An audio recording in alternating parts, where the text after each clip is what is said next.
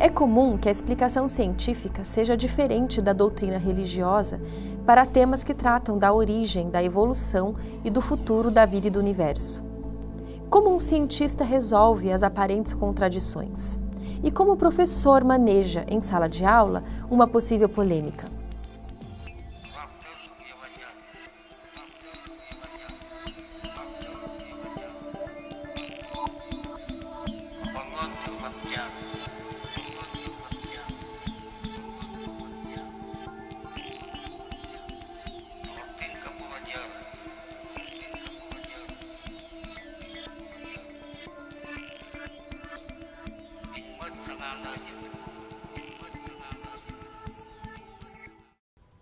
Alguns dos temas estudados pela ciência, como a origem da vida, encontram também uma explicação pelas várias tradições religiosas. Afinal, essa grande questão de onde viemos é um problema tanto da filosofia natural, portanto objeto da ciência, quanto um problema espiritual, portanto objeto das religiões.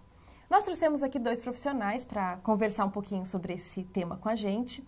Um deles é o professor Oswaldo. O professor Oswaldo é filósofo da ciência na USP. Obrigada pela sua participação, professor. E ele trabalha bastante com a física quântica, mas hoje o nosso tema aqui é a origem de tudo.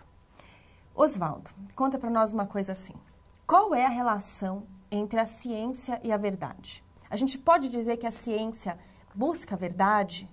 Ou pretende ser a verdade? Eu diria que sim. A ciência almeja a verdade. Agora, essa questão, né, por ser uma questão filosófica, vai depender de como a gente define os conceitos. E então a gente teria que definir o que é verdade. Há diferentes maneiras de fazer isso.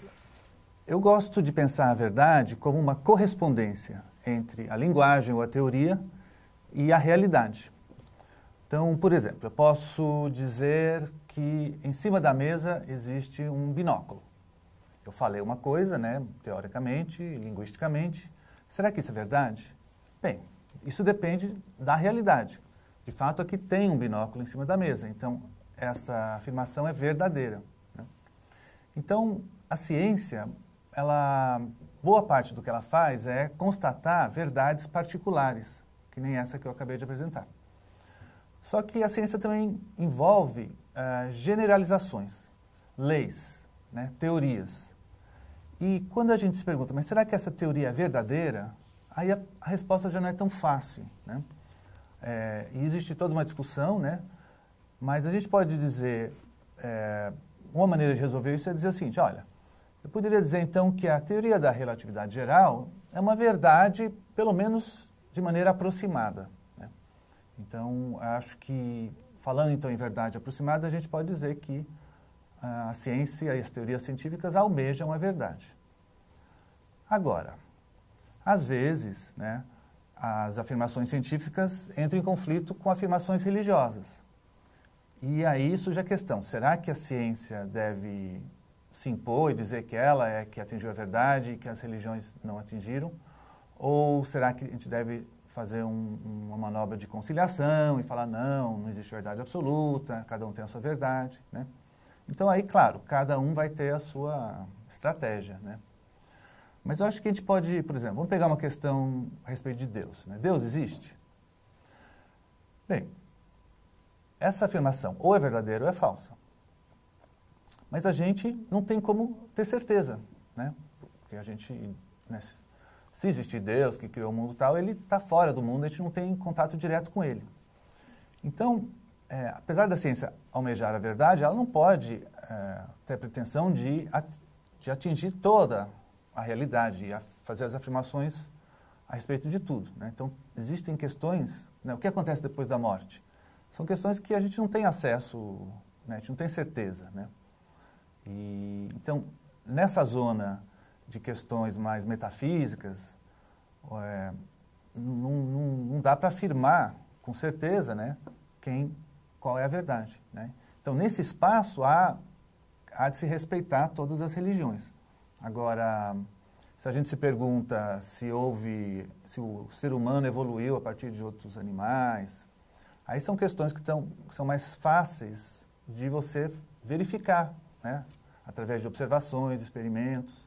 Então, essas questões, eu acho que a ciência, né, e ela faz isso, né, ela tende a se impor, né? Falar, não, a gente tem confiança muito grande de que, né, o ser humano evoluiu de outros animais. Enfim, então... A gente tem vários cientistas que são também praticantes de alguma religião, até o próprio padre Lemaitre, por exemplo, né, que trabalhou com cosmologia e era um padre, era um religioso profissional. Como é que um cientista resolveria esse problema que surge em alguns temas que são de uma aparente contradição entre o conhecimento científico e religioso? Eu acho que, quer dizer, existem muitos cientistas religiosos, né? E eu acho que a estratégia que geralmente, no caso das religiões cristãs, é adotada por cientistas, biólogos, né?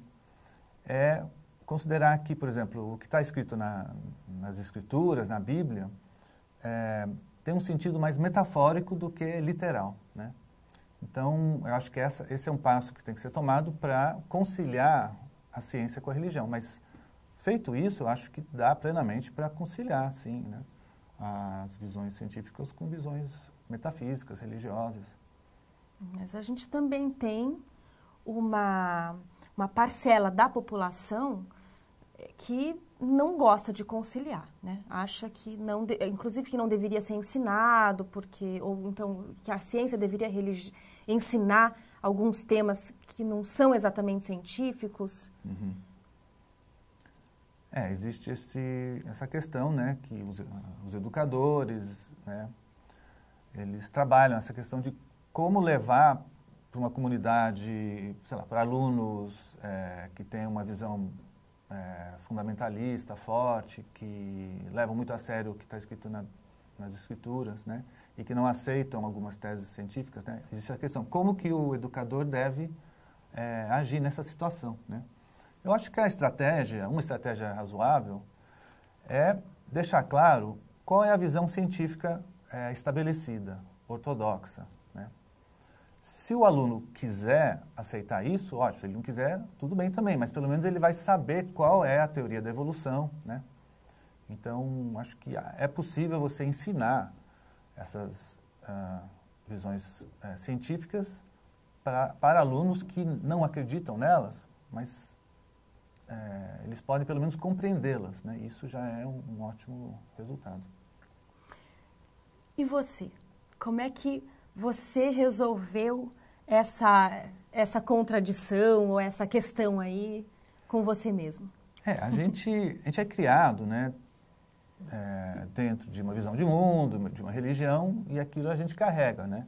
No meu caso, né, eu tenho fé, né? Eu tenho fé na ausência de Deus, eu tenho fé no fato de que na minha morte a minha alma vai desaparecer.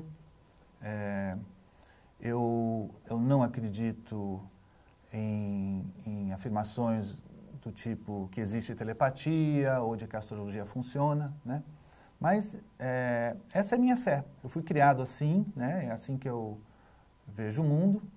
E é uma visão de mundo muito próxima à ciência, né? A gente pode até dizer que é uma religião cientificista, né? Uma coisa desse tipo.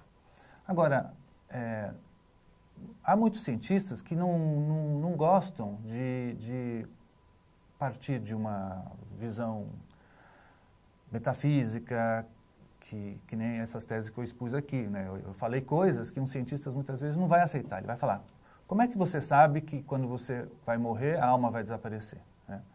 Você não tem nenhuma evidência disso, e eu tenho que reconhecer, realmente, é uma fé minha, né? Então, há uma posição científica muito forte também, diferente dessa minha, que a gente pode chamar de materialista, que é uma visão que a gente pode chamar de positivista ou instrumentalista, que diz basicamente que a finalidade da ciência não é atingir a verdade, é explicar, assim, descrever, né, prever as coisas que vão acontecer, né? A ciência é um instrumento para fazer previsões, não é da alçada da ciência se preocupar com a verdade, daquilo que está por trás das coisas, né? Então, essa é uma outra atitude que os cientistas também tomam, né, de evitar fazer metafísica, evitar falar sobre essas coisas que a gente não pode ter certeza. E, enfim, é isso. Obrigada, professor.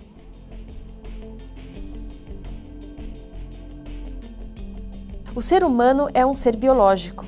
Ele tem uma capacidade natural de reflexão, de autoexplicação. Mas ele também é um ser cultural e busca partilhar de uma visão de mundo.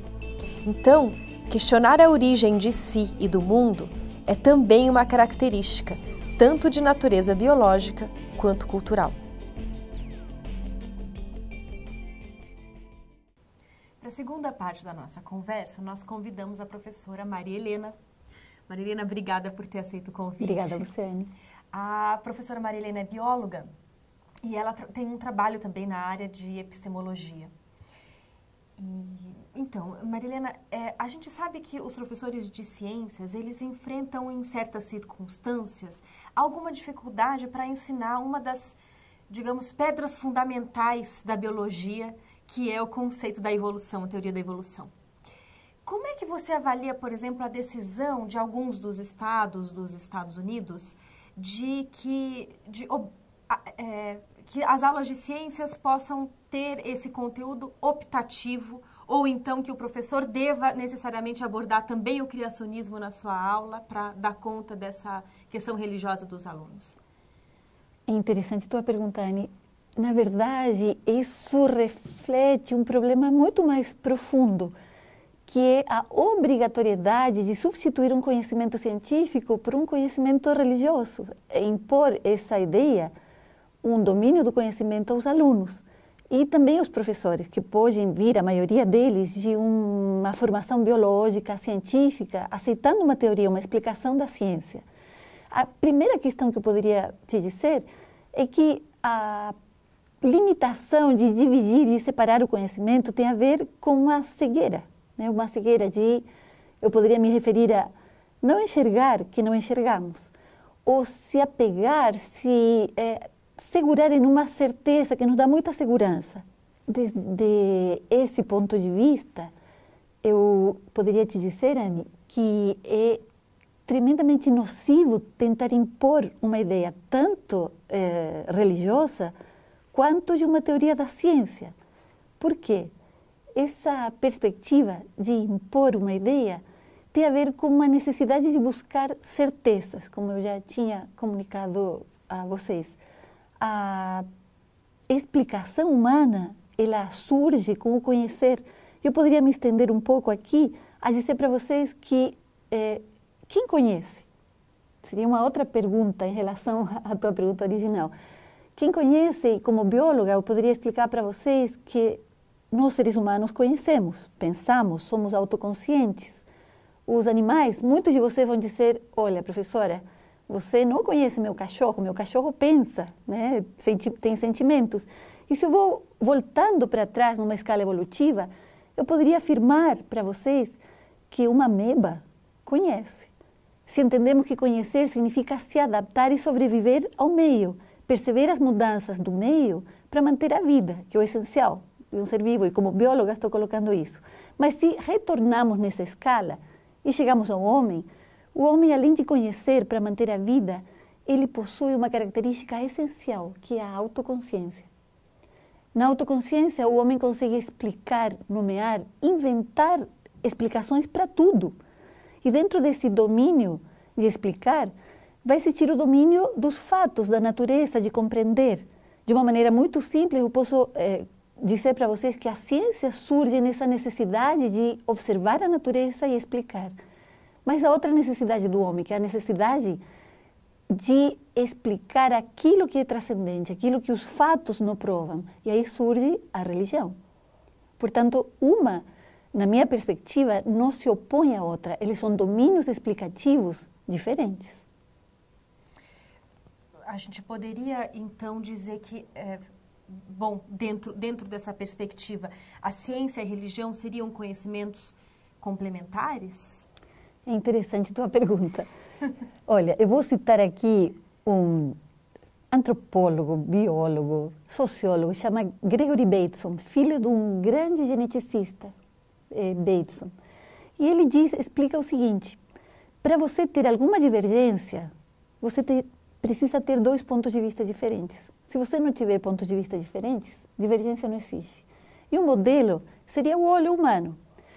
Quando você observa com o olho direito, você vê uma imagem. Quando observa com o olho esquerdo, você percebe outra imagem. Mas se você sobrepõe essa imagem que se forma na retina e logo no cérebro, a sobreposição das 2 imagens dá profundidade à imagem, não é? Dessa forma, eu poderia dizer para você que quando coexistem explicações divergentes, o que se exercita é o pensamento. Uma postura da religião e uma postura da ciência permite dar profundidade a um conhecimento. Isso significa que não ficamos limitados a uma explicação como verdade única, mas sabemos que existem e coexistem diversas abordagens, diversas explicações para o mundo. Me parece que esse olhar, quando você coloca para seus alunos a perspectiva da ciência e a perspectiva da religião, você possibilita uma profundidade de visão. Isso não significa impor uma maneira de pensar. Significa mostrar que o mundo pode ser explicado a partir de diferentes domínios. Não sei se respondi. Acho que na medida do possível. Olhando para o passado, a gente poderia avaliar que houve muitas batalhas entre a ciência e a religião, especialmente no Ocidente, né? Será que houve mais batalhas ou mais cooperação, digamos, entre essas 2 formas de conhecimento? E mais uma pergunta, seriam essas batalhas mais contundentes porque trata-se da religião judaico-cristã, do Deus único, da verdade única? Interessante e polêmica pergunta. Claro que eu vou te responder algumas coisas que eu penso da leitura e dos estudos que temos feito no meu grupo de pesquisa, mas a princípio, poderíamos dizer, a partir da era cristã, o que houve, e violentamente, foram confrontos sangrentos, que acabaram com o conhecimento, acabaram de uma maneira metafórica. Um exemplo seria a construção da Biblioteca de Alexandria, que por muito tempo guardou conhecimento produzido pela humanidade por mais de 700 anos.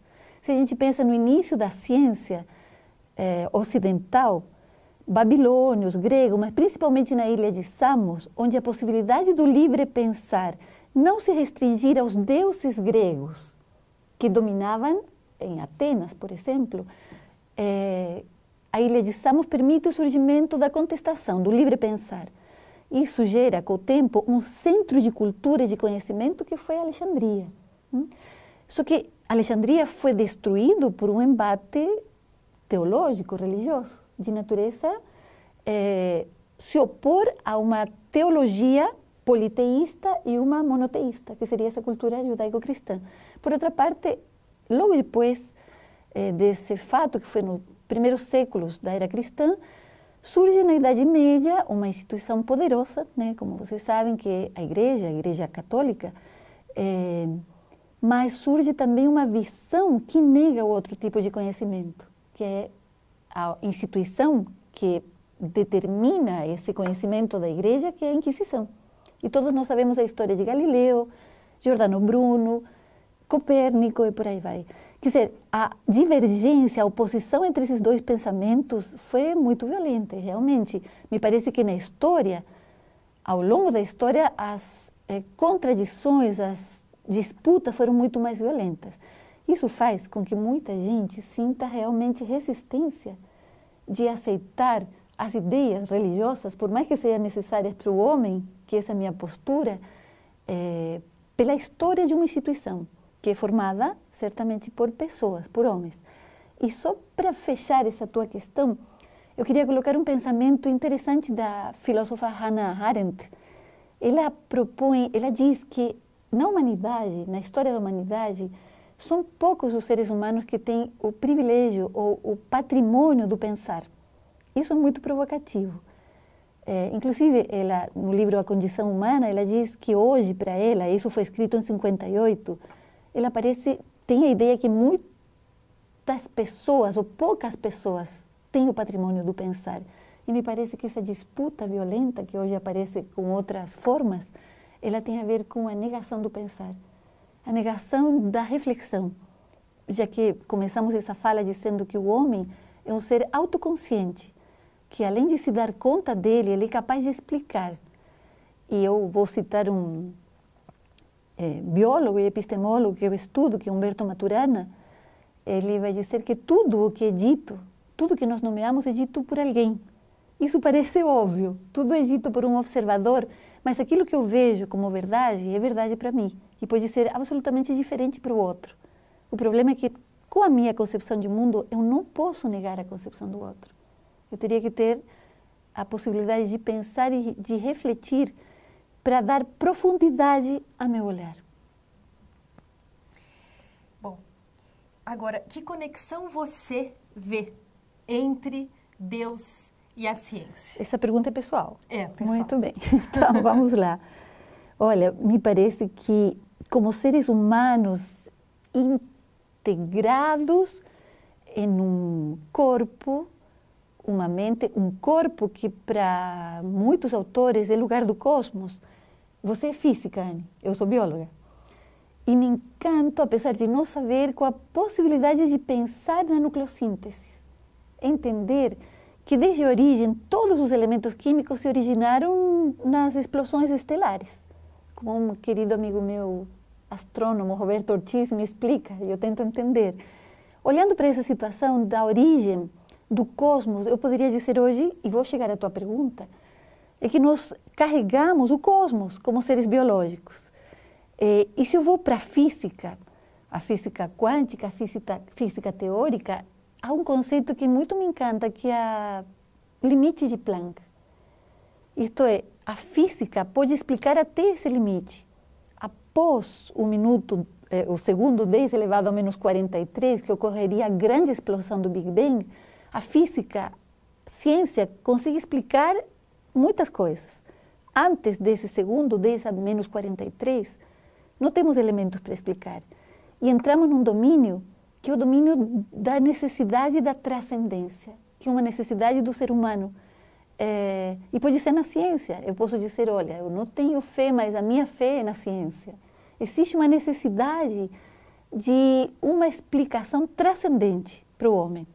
Isso pode estar muito oculto, mas em algum momento da nossa história aparece. E eu, particularmente, poderia te dizer, Anne, na tua pergunta, qual é o vínculo entre ciência e Deus? Eu te diria que a ciência é um domínio de explicação belíssimo, criado pelo homem, inventado.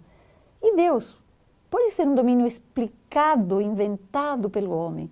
Mas se você me perguntar mais especificamente, você acredita em Deus? Eu diria como o professor Maturana uma vez me respondeu, eu vivo no reino de Deus.